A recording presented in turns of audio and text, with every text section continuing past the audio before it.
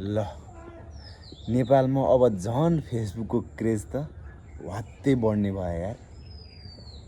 अब फेसबुकले नै नेपालमा लगानी गर्ने भनिसकेपछि फेसबुकले पक्कै पनि नेपाललाई केही नयाँ अपडेट त दिइहाल्छ। केही न केही राम्रो त पक्कै पनि गर्छ फेसबुकले। अब फेसबुकले भर्खरै मात्र नेपाललाई कन्टेन्ट मोनिटाइजेसन दिएको हैन।